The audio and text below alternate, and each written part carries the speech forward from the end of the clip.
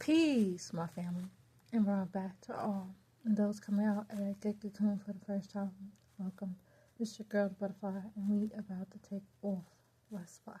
Just want to send you all the good healing energy your way. Peace, love, happiness, harmony, and abundance. Hope you guys are out there keeping your mind right in that good 9 mind. How y'all feeling today? Hope you guys are most definitely moving in your higher natures and cleansing the lows. I came here today to share another clipping from my Master Teacher's book, and it's called Is There Eternal Life After Death? And it continues. So it goes like this. So, what exactly is life after death? Question. And this is Dr. Malachi's answer.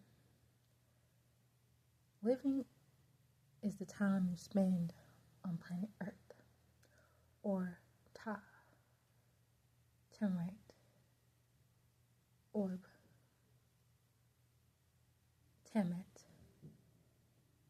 Orb, at which all men may earn their way to what they believe is paradise. Through hard work, through hard labor, which is partially correct. Life after death is what you've earned by the way of your actions in your physical life. According to the Sumerian doctrine, you were originally bred here to be Amid slaves and were called Lulu Amu, which means a permanent worker. Your sole purpose for being procreated was to labor in the mines in Onodapa for the angelic beings, the Elohim. As I previously mentioned, however, because Ninti, the wife of Enlil, one of the sciences who assisted in your procreation in the Sumerian doctrine, cared about you, you were given a second chance. You were given a chance. You were given a chance for this life after death that Revelations 21 speaks about.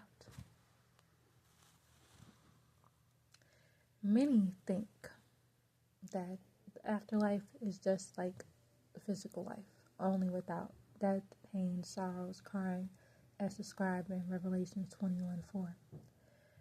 This afterlife being described here is in the end when the Crystal City, the ship Nibiru, comes from the 6-star constellation Orion, which they call heaven for the 144,000 if they make it. And it goes on. Revelations 21, 1-5. Then I saw a new heaven and a new earth. For the first heaven and the first earth had passed away, and the sea was no more. It goes on. And I saw the holy city, the New Jerusalem, coming down out of heaven from God, prepared as a bride adorned for her husband. And then it goes on. And I heard a loud voice from the throne saying, Behold, the dwelling of God is with man, and he will dwell with them, and they shall be his people, and God himself will be with them. And he will wipe away every tear from their eyes, and death shall be no more, neither shall there be mourning, nor crying, nor pain any more, for the former things have passed away. And let's go on. And he who sat upon the throne said, Behold, I will make all things new. Also he said, Write this, for this and for these words are trustworthy and true. This quote is speaking about the eventual return of the mothership, called the Crystal City, or Nibiru, for the reclamation, or what is known by me as the rapture of the 144,000, to be taken up back to their original home planet, which is in the Orion star constellation. This is simply called by religious people in Hebrew, Shema Waya Mi. Shema Waya Mi. Or Shema Waya Mi. Alright. Which means up there or renown. In the Old Testament is referring to two heavens, the heavens above and the heavens below. In Greek, it is Orinos, which is the place that the elders had moved to. In Arabic, it is called Sama Wati, or Sama Wati, all meaning heaven. Taking it past the two heavens into the plural, the Noble Quran uses Sama or Sema, meaning vapor, clouds. And it goes on. Question: when Nibiru comes, who will the 144,000 consist of, being that all religions feel that they are the chosen ones? And this is Dr. Malachi's answer. First of all, religion is for the dropouts, the failures. People hold on to religion like a crutch because they can't make it any other way.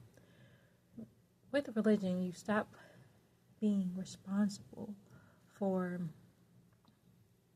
your own actions and blame someone else like God when it's something you like, or in the devil when it's something you don't like. Therefore, you need religion. Religious people believe that they must live in opposition to the evil one when they call whom they call Zuin, Ulysses, Satan, Draco, Samuel, Lucifer. All are the devil. They claim that his evil powers cover the whole earth and are a temptation which is placed before them daily.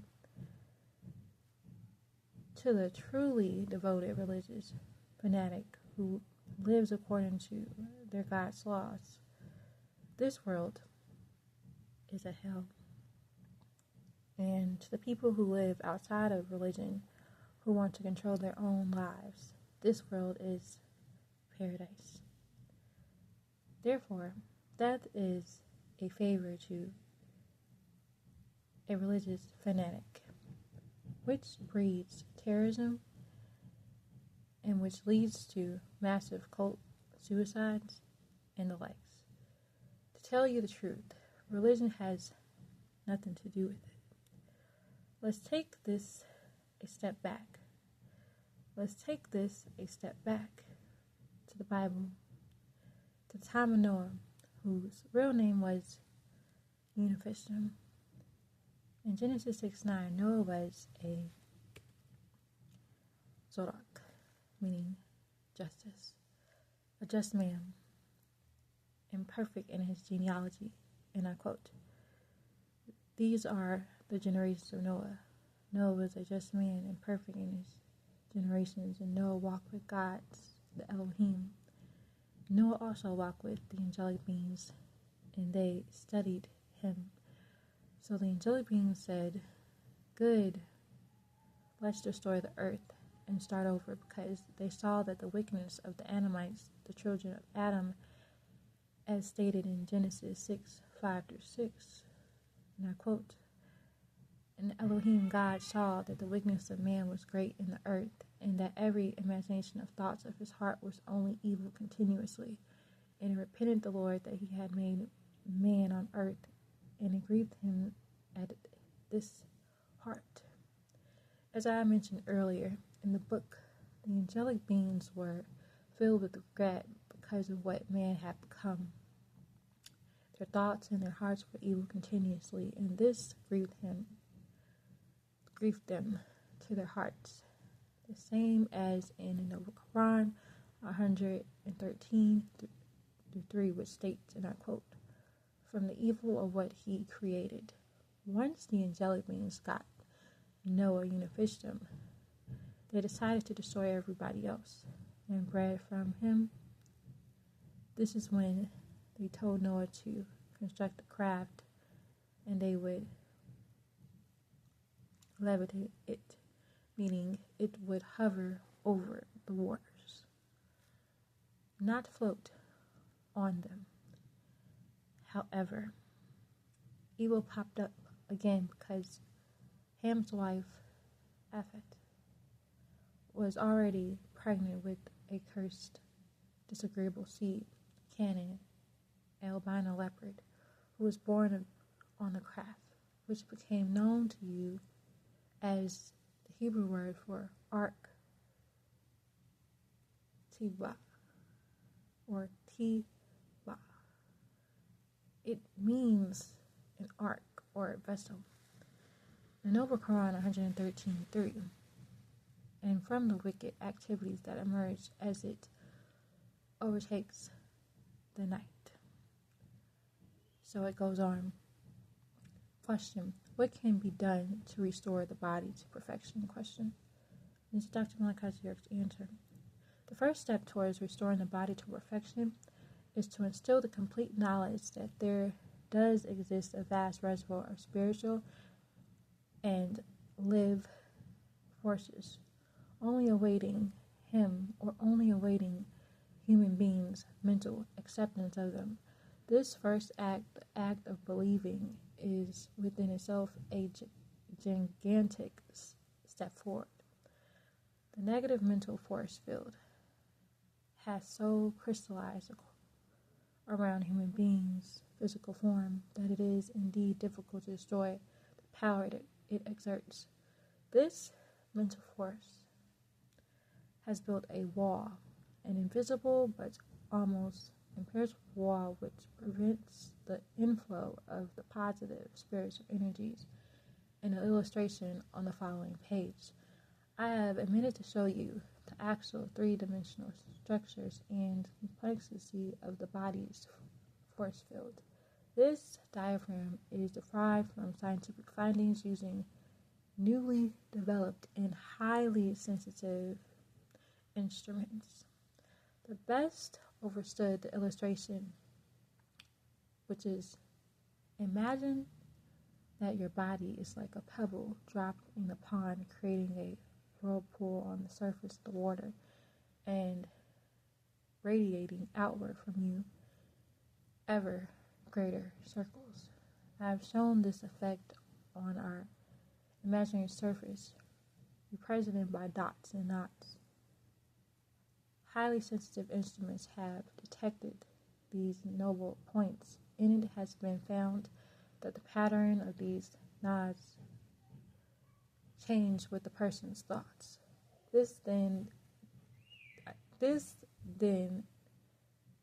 dictated, or basically indicated, that these waves of force of what is known as the aura, the holic, are altered by mental activity. And so it goes on. What is an aura or holic? Question. This is Dr. Malachi's answer. In man, there is a voltage current between his or her crown seat, top of the head, and the root seat, the prostate. This flow gives rise to a magnetic field which surrounds him. This magnetic force field of negative positive changes is called a man's aura or halo. This magnetic force field contains the ether particles of green light. Now, let me go on. Which are waiting to be drawn into the body by the seats. The human's halo consists of his or her spirit, soul, and physical form. It is very often visible to those who have a sensitive, delicate sense of sight.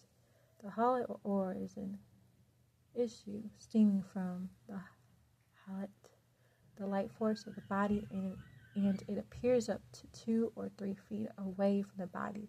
It may be looked upon as the atmosphere of the body because it reflects the real vital body and a mental mood, health, and character. The aura or halo has different layers of moods and or reflections that are reflected in color, which may appear cloud-like or bright, clear, according to the mood it is reflecting. The purer the person, the more illuminated his or her halo or aura will be. Everyone is not able to see the halo, only those who are highly spiritual. Reflection of color really stays the same, for the halo era reflects the most intricate moods of a person and totally dominating or clouding out a majority of the other moods reflected between the males and females. The halo, the aura, is apt to change more in the females because women are affected by the planets and their positions and the moon, while men is not affected by those things.